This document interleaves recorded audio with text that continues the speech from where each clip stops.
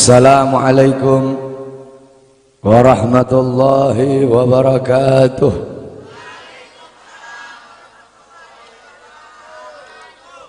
Bismillahirrahmanirrahim. Alhamdulillahil qawiyyi sultanuh, al-wadihil burhanuh, al-mabsut fil wujud karamuhu wa ihsanuh.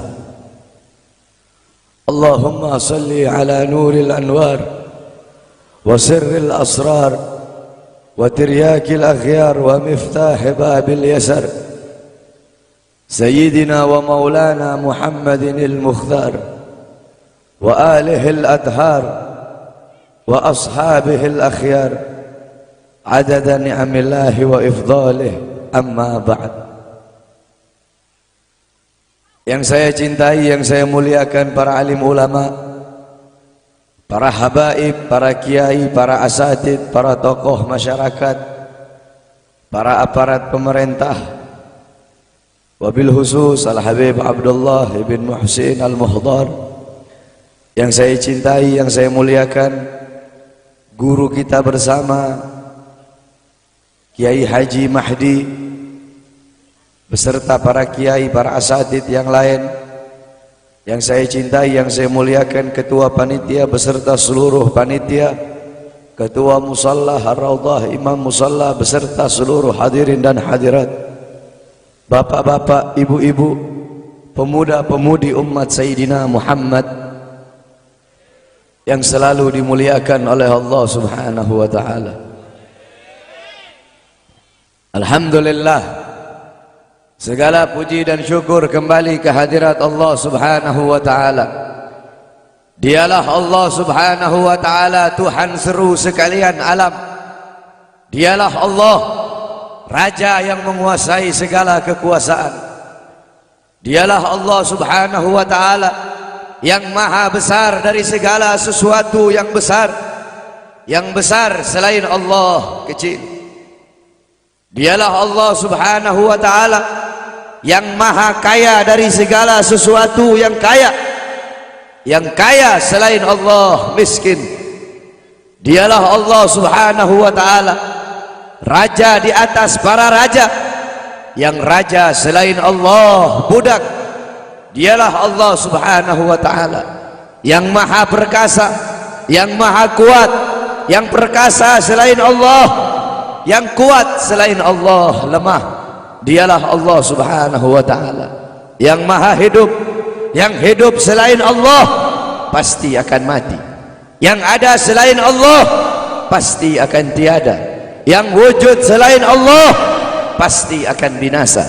Sedangkan hidupnya Allah, adanya Allah, wujudnya Allah selama-lamanya, kekal abadi, tidak akan pernah musnah dan tidak akan pernah binasa.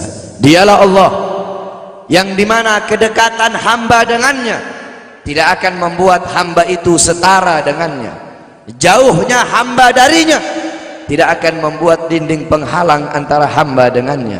Dialah Allah yang dimana walaupun seluruh hamba-hamba dari awal zaman sampai akhir zaman semuanya berbuat baik, tidak akan menambahkan sedikit pun keagungan di sisi. Dan dialah Allah yang dimana walaupun seluruh hamba-hamba dari awal zaman sampai akhir zaman semuanya berbuat dosa, tidak akan mengurangi sedikit pun keagungan di sisinya. Dan dialah Allah yang dimana pada malam hari yang mulia ini, di tempat yang penuh dengan barakah ini, Allah Subhanahu wa ta'ala sedang memandang kita semua yang duduk di tempat ini. Allah pandang dengan pandangan rahmat, Allah pandang dengan pandangan kasih sayang, Allah pandang dengan pandangan maghfirah, Allah pandang dengan pandangan pengampunan. Kenapa saudara-saudara? Karena kita mendapatkan keberkahan dan kemuliaan dari baginda agung Nabi besar Muhammad sallallahu alaihi wasallam. Kita duduk di sini, kita tidak pernah memandang langsung wajahnya Nabi. Kita tidak pernah berjumpa langsung dengan Nabi. Kita tidak pernah duduk bersama-sama dengan Nabi. Untuk apa kita duduk di sini kalau bukan karena iman dan cintanya kita kepada Nabi Muhammad? Padahal kita tak pernah berjumpa dengan Nabi, bertemu dengan Nabi nggak pernah, duduk bersama Nabi nggak pernah, tapi kita beriman kepada Nabi Muhammad, kita cinta kepada Nabi Muhammad. Kita umat yang dirindukan oleh Nabi, umat yang dicintai oleh Nabi. Rasulullah ketika beliau sedang duduk bersama para sahabat, Rasulullah berkata, wahai para sahabat, tahukah kalian golongan-golongan yang soleh? Tahukah kalian golongan-golongan yang mulia? Sahabat berkata, apakah para malaikat ya Rasulullah? Rasul berkata, bagaimana mungkin malaikat tidak mulia sedangkan mereka berada di sisi Allah? Ada lagi yang mulia. Apakah para nabi dan rasul? Bagaimana mungkin nabi dan rasul tidak mulia sedangkan Allah menurunkan wahyu untuk mereka? Ada lagi yang mulia. Apakah kami ya Rasulullah? Bagaimana mungkin kalian para sahabatku tidak mulia sedangkan aku berada di tengah-tengah kalian? Ada lagi yang mulia. Kata sahabat, Allah dan engkau yang lebih tahu ya Rasul. Rasulullah menundukkan kepala, Nabi Muhammad menundukkan kepala. Dari kedua pelupuk mata beliau mengeluarkan air mata, membasahi pipi beliau sampai ke janggutnya beliau. Beliau menundukkan kepala sambil menangis dan beliau berkata, golongan yang mulia ini, golongan yang soleh ini, mereka golongan-golongan yang adanya nanti di akhir zaman. Mereka tidak pernah duduk bersamaku, mereka tidak pernah memandang wajahku, mereka tidak pernah mendengar langsung kata-kataku, akan tetapi mereka beriman kepadaku, kata Rasul. Mereka umat yang aku rindukan, mereka umat yang aku cintai. Tuba liman yarani wa amana bi, wa tuba summa tuba liman lam yarani wa amana bi. Sungguh beruntung orang-orang yang beriman kepadaku, kemudian orang-orang yang melihatku kemudian beriman kepadaku. Dan sungguh beruntung, dan sungguh beruntung, dan sungguh beruntung, 3 kali keberuntungan, 3 kali kemuliaan bagi orang-orang yang tidak pernah melihatku akan tetapi mereka beriman kepadaku. Siapa? Kita umat Nabi Muhammad SAW. Kita tidak pernah memandang wajah Nabi, tidak pernah berkumpul dengan Nabi, tapi kita beriman kepada Nabi Muhammad. Apalagi kita umat Islam Indonesia, umat Islam Indonesia, umat yang dicintai oleh Rasulullah As-Sayyid Al-Habib Muhammad bin Alwi Al-Maliki. Ketika beliau berziarah ke makam Nabi Muhammad, dalam keadaan sadar beliau berjumpa langsung dengan Nabi Muhammad. Di belakang Nabi Muhammad ada ribuan orang. Habib Muhammad pun bertanya, ya Rasulullah, siapa yang ada di belakangmu ini ya Rasulullah? Ribuan orang ini, ribuan golongan ini, siapa ya Rasulullah? Rasulullah berkata, ini mereka yang ada di belakangku, mereka adalah umat Islam yang aku cintai, mereka umat Islam yang ada di Indonesia, kata Rasulullah SAW. Kita dicintai oleh Rasul. Kenapa? Coba kita lihat di Indonesia, saudara-saudara. Kalau bulan Maulud, kalau bulan Rabiul Awal, di kampung-kampung, di musola-musola, setiap masjid, setiap langgar, setiap pesantren, setiap RT, setiap RW pasti bikin maulid Nabi Muhammad. Kalau udah bulan Rajab, setiap pesantren, musola, masjid, kampung, RT, RW pasti bikin Isra wal Mi'raj baginda Nabi besar Muhammad. Negara-negara yang lain, tempat-tempat yang lain tidak seperti kita, saudara-saudara. Makanya kita menjadi umat yang dicintai oleh Rasul, umat yang dimuliakan oleh Nabi Muhammad, umat yang dirindukan oleh Nabi Muhammad SAW. Allah berkata dalam Al-Quran, laqad ja'akum rasulun min anfusikum azizun alaihi ma'anittum harisun alaikum bil mu'minina raufur rahim. Hei sekalian umat manusia, yang kaya, yang muda, yang tua, yang muda, yang kaya, yang miskin, mulai pejabat sampai rakyat, ulama sampai umat. Hei sekalian umat manusia, laqad ja'akum, telah sampai kepada kalian, telah datang kepada kalian rasulun, utusan Allah, min anfusikum, dari golongan kalian manusia, azizun alaihi ma anittum, sungguh berat baginya penderitaan yang kau alami, sungguh berat baginya kesusahan yang kau alami. Sebelum kalian susah, dia lebih dahulu susah.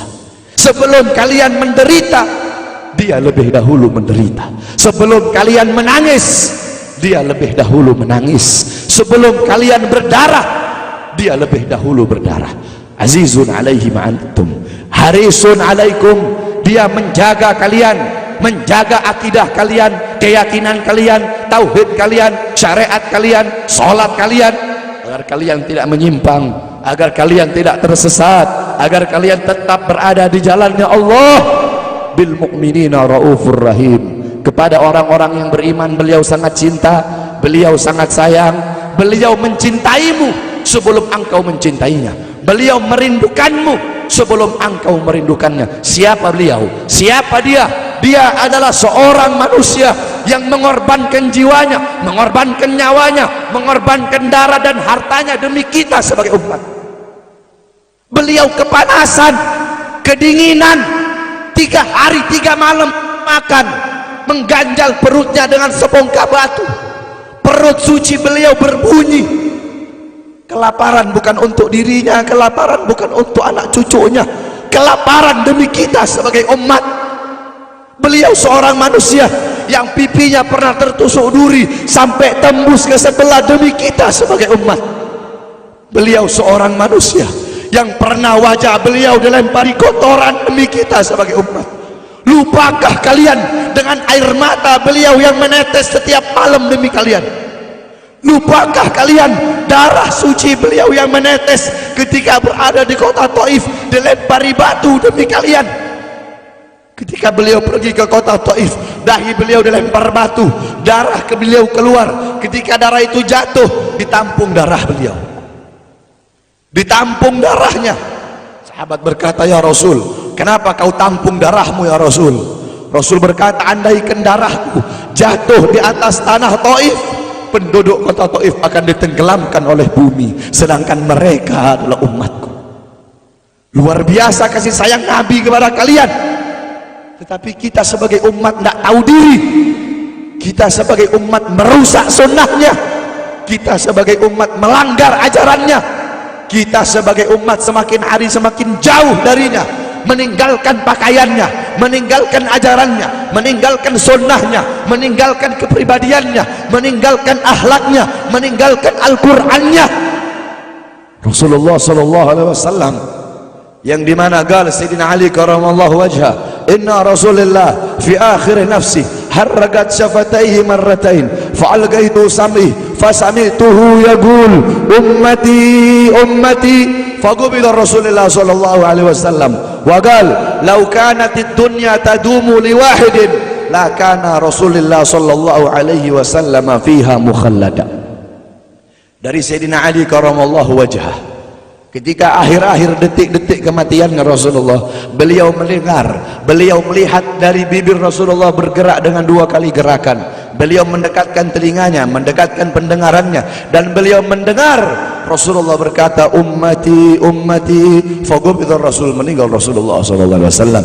Ketika nyawa Rasulullah akan dicabut, Rasulullah berkata kepada Jibril, wahai Jibril, aku belum puas meninggalkan umat, aku tidak mau meninggalkan mereka dalam keadaan belum diberi jaminan oleh Allah. Wahai Jibril, sampaikan kepada Allah, aku tidak minta jaminan untuk diriku, aku tidak minta jaminan untuk keluargaku, aku minta jaminan untuk umatku. Wahai Jibril, sampaikan kepada Allah.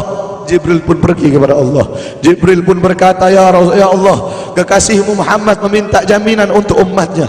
Allah bilang, wahai Jibril, katakan kepada Muhammad, aku tidak akan menghinakan umat Muhammad. Basyirhu fa innahu awwalu nasin kharijum minal ardi idza bu'isu. Kemudian beliau ditarik lagi nyawa beliau. Beliau berkata, ya Khalil Israel, wahai kekasihku Israel, apakah seperti ini rasa sakit ketika dicabut nyawa?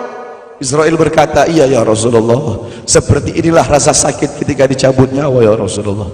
Apakah rasa sakit seperti ini juga yang kelak, yang ya Allah, biar aku menanggung sakratul maut seluruh umat.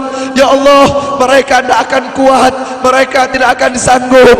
Aku nabi mereka, aku pemimpin mereka, biar aku menanggung beban penderitaan sakratul maut mereka. Ya Allah, biar aku menanggung sakratul maut umatku. Ya Allah, di mana kita sebagai umat? Apa yang telah kita lakukan untuk Nabi Muhammad? Nabi berkorban untuk kita di saat detik-detik terakhir nafasnya, tidak memikirkan rasa sakitnya, tidak memikirkan pedihnya, tidak memikirkan beratnya. Beliau memikirkan nasib kita sebagai umat.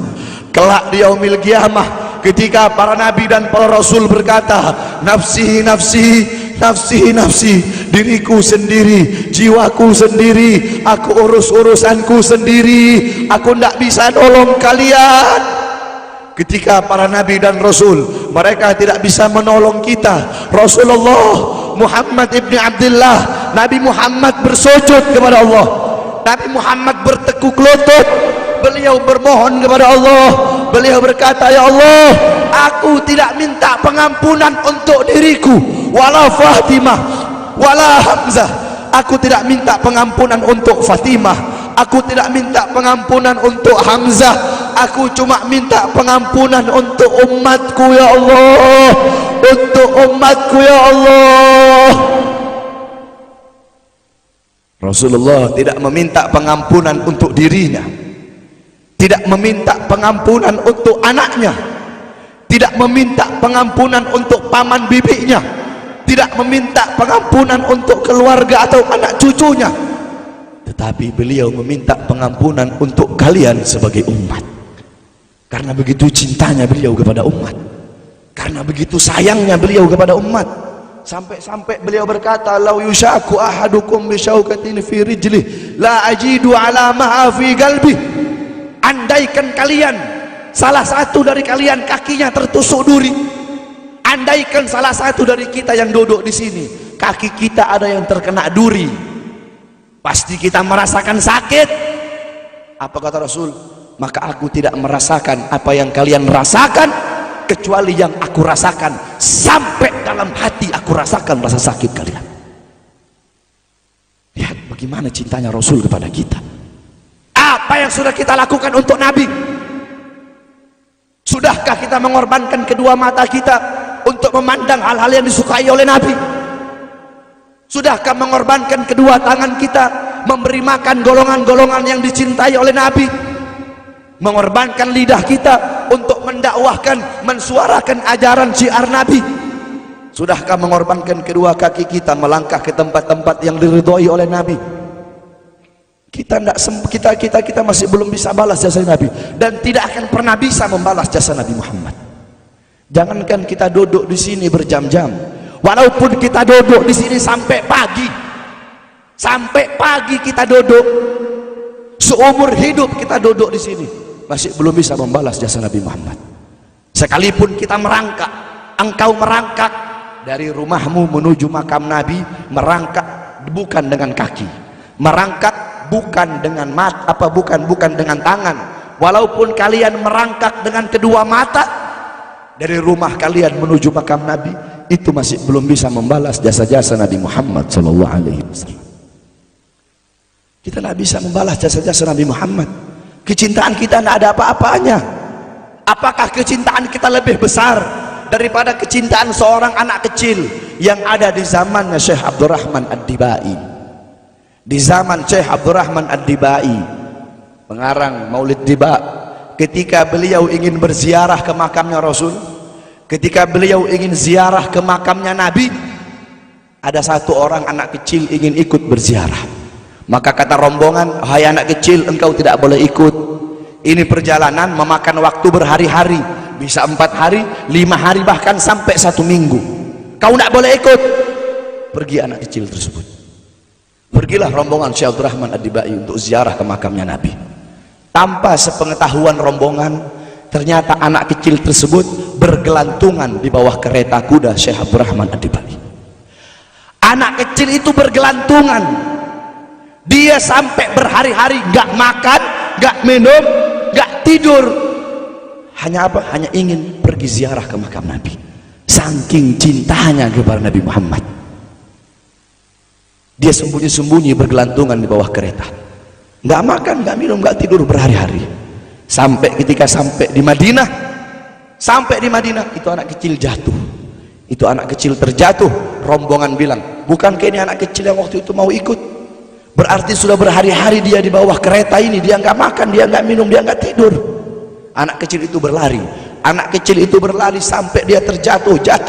Saking bahagianya dia sudah sampai di Madinah, dia ambil debu-debu Madinah, pasir Madinah, dia ambil, dia usapin ke mukanya, saking bahagianya, sampai itu anak mati. Anak kecil tersebut mati membawa kecintaannya kepada Nabi Muhammad.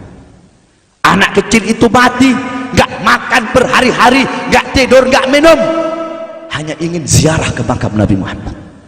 Padahal anak kecil itu tidak pernah memandang Nabi, tidak pernah berkumpul dengan Nabi, tapi kecintaannya luar biasa kepada Rasulullah.